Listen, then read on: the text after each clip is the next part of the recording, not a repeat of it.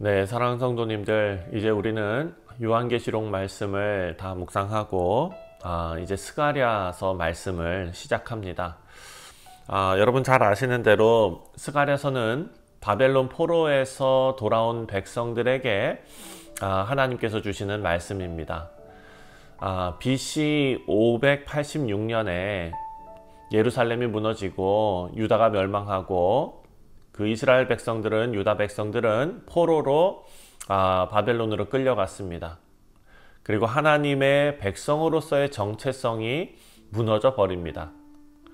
하지만 하나님께서는 은혜를 베푸시고 하나님의 은혜로 포로에서 이스라엘 백성들이 풀려나서 돌아오게 됩니다. 그리고 이제 성전을 재건하려는 새로운 시대가 열리고 있습니다. 자, 이런 역사적인 어찌 보면 전환점인데요. 이런 전환점에서 하나님께서 가장 먼저 주시는 말씀이 바로 회개의 촉구였습니다. 오늘 본문 3절 말씀을 보면, 그러므로 너는 그들에게 말하기를 만군의 여호와께서 이처럼 이르시되 너희는 내게로 돌아오라. 만군의 여호와의 말이니라. 그리하면 내가 너희에게로 돌아가리라. 만군의 여호와의 말이니라. 아멘.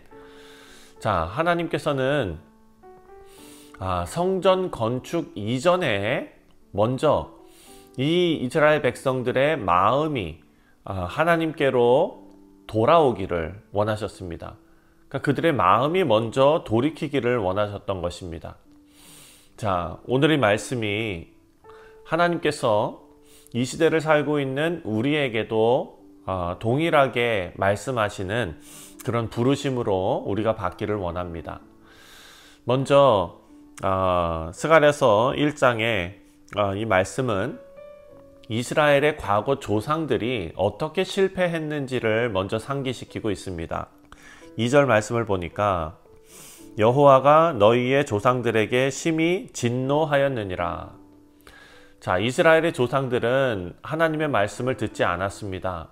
4절에도 기록되어져 있습니다. 예레미야와 같은 선지자들이 회개를 촉구했습니다. 하지만 그 이스라엘 백성들은 귀를 막았습니다. 그 결과 어떻게 됐습니까? 예루살렘은 무너지고 이스라엘 백성들은 포로로 잡혀갔습니다. 근데 여기서 중요한 점은 하나님의 말씀은 사라지지 않는다라는 사실입니다. 선지자들도 조상들도 세대를 지나서 다 사라졌습니다. 하지만 하나님의 말씀은 반드시 성취되었습니다. 그래서 5절 말씀에 보니까 스가랴가 이렇게 묻습니다. 5절, 너희 조상들이 어디 있느냐? 또 선지자들이 영원히 살겠느냐? 자, 결국 남는 것은 하나님의 말씀뿐이다. 그리고 그 말씀은 반드시 조상들에게 미쳐서 응하였다라고 고백합니다. 6절 보니까 내가 나의 종 선지자들에게 명령한 내 말과 내 법도들이 어찌 너의 조상들에게 임하지 아니하였느냐. 그러므로 그들이 돌이켜 이르기를 만군의 여호와께서 우리 길대로 우리 행위대로 우리에게 행하시려고 뜻하신 것을 우리에게 행하셨도다 하였느니라. 자, 오늘날도 마찬가지입니다. 세상은 변하고 사람들도 태어나고 또 죽습니다. 하지만 변하지 않는 것이 있습니다. 바로 하나님의 말씀입니다. 역사는 하나님의 말씀을 중심으로 흘러가고 있습니다. 그래서 우리는 이 말씀에 순종하는가 아니면 불순종하는가에 따라서 개인의 인생과 공동체의 삶이 갈리게 되는 것입니다. 자, 3절 말씀을 보면 본문의 핵심은 3절입니다. 사실 내게로 돌아오라 라고 말씀하십니다. 그리고 하나님께서 약속하시는 것이 내가 너희에게로 돌아가리라. 그렇게 하면 내가 너희에게로 돌아가리라. 여기서 돌아오라 라는 히브리 단어 슈브라는 단어는요, 도덕적으로 개선되어야 한다라는 뜻이 아니라 하나님과의 언약 관계로 돌아오라 라는 의미입니다. 하나님께서는 성전 건축보다도 먼저 백성들의 마음이 하나님께로 돌아오기를 원하신 것입니다. 이것이 관계적이고 또 상호적인 회개라고 우리가 생각할 수 있습니다. 먼저 하나님께로 돌아가고 그러면 하나님께서도 다시 백성들에게 돌아오십니다. 여러분, 이것은 언약적 관계의 회복을 전제로 하는 표현입니다. 예레미야에서도 그리고 말라기에서도 계속해서 반복되는 내용이 바로 그것입니다. 너희는 내게로 돌아오라. 그리하면 나도 너희에게로 돌아가리라. 그러니까 회개는 하나님의 임재를 다시 경험하게 되는 어찌 보면 관문이다라고 생각할 수 있습니다. 하나님께서 떠나신 성전이 다시 하나님의 임재로 채워지는 것. 다 버려졌던 예루살렘 성이 다시 하나님의 도시로 회복되려면 먼저 백성들이 회개해야 한다라는 것입니다. 오늘도 마찬가지입니다. 우리 삶에서 하나님의 임재와 회복을 우리가 갈망한다면 그 시작점은 언제나 우리가 하나님께로 돌아가는 것에 있습니다. 자, 이제 6절 말씀을 보면 6절에 이렇게 기록하고 있습니다. 내가 나의 종 선지자들에게 명령한 내 말과 내 법도를 어찌 너희 조상들에게 임하지 아니하였느냐. 그리고 그들이 돌아와서 우리에게 행하셨도다. 우리에게 행하시려고 뜻하신 것을 우리에게 행하셨도다. 이렇게 말합니다. 자, 백성들이 하나님의 공의를 인정하면서 이제는 뭐라고 얘기합니까? 과거의 하나님의 심판을 받아들이기 시작한 것입니다. 사랑하는 성도님들, 이것이 참된 회개의 시작입니다. 변명하지 않습니다.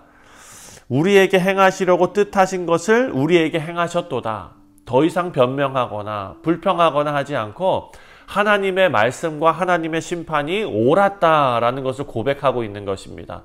그 이후에 하나님께로 돌아옵니다. 사랑하는 성도님들, 포로 귀한 시대가 바로 그 새로운 시대를 열어가는 첫 걸음이 된 것은 이들이 자신들의 잘못과 하나님의 심판이 온당했다는 것을 인정하고 회개했기 때문이었다라는 것을 말씀이 우리에게 증거하고 있습니다. 자, 오늘 본문 말씀 1절부터 6절까지의 말씀을 보면 이것이 비단 이스라엘 백성들뿐만 아니라 우리에게도 하나님께서 촉구하시는 내용이다라는 것을 알 수 있습니다. 먼저 하나님의 말씀은 변하지 않는다는 사실을 우리에게 알려줍니다.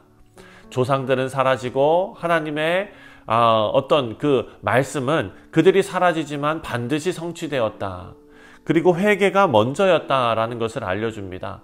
성전 재건도 중요한 일입니다. 외적인 변화도 중요한 일이지요. 하지만 하나님께서는 먼저 그 마음을 하나님께 돌이키는 것을 요구하신다라는 것입니다.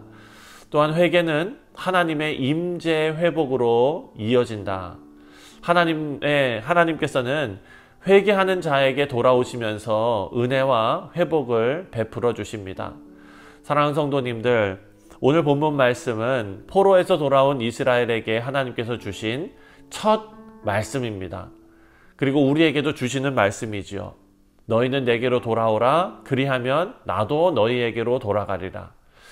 우리의 과거의 실패를 다 내려놓고 하나님 말씀 앞에 무릎 꿇고 회개하고 또 하나님과의 언약적인 관계를 새롭게 하는 우리 모두가 되시기를 바랍니다. 그리고 그 회개의 자리에서 다시 한번 하나님의 임재를 회복하고 그리고 우리에게 하나님께서 주시는 그 회복을 경험하면서 우리가 주께로 돌아가오니 우리에게 돌아와 주옵소서라는 신앙의 고백과 하나님 앞에 올려드리는 간구가 우리 가운데 있기를 바랍니다. 오늘 하루도 하나님의 임재 가운데 동행하시고 또 하나님께서 함께 하시는 복을 누리시는 우리 모두 되시기를 주님의 이름으로 축원드립니다. 기도하겠습니다.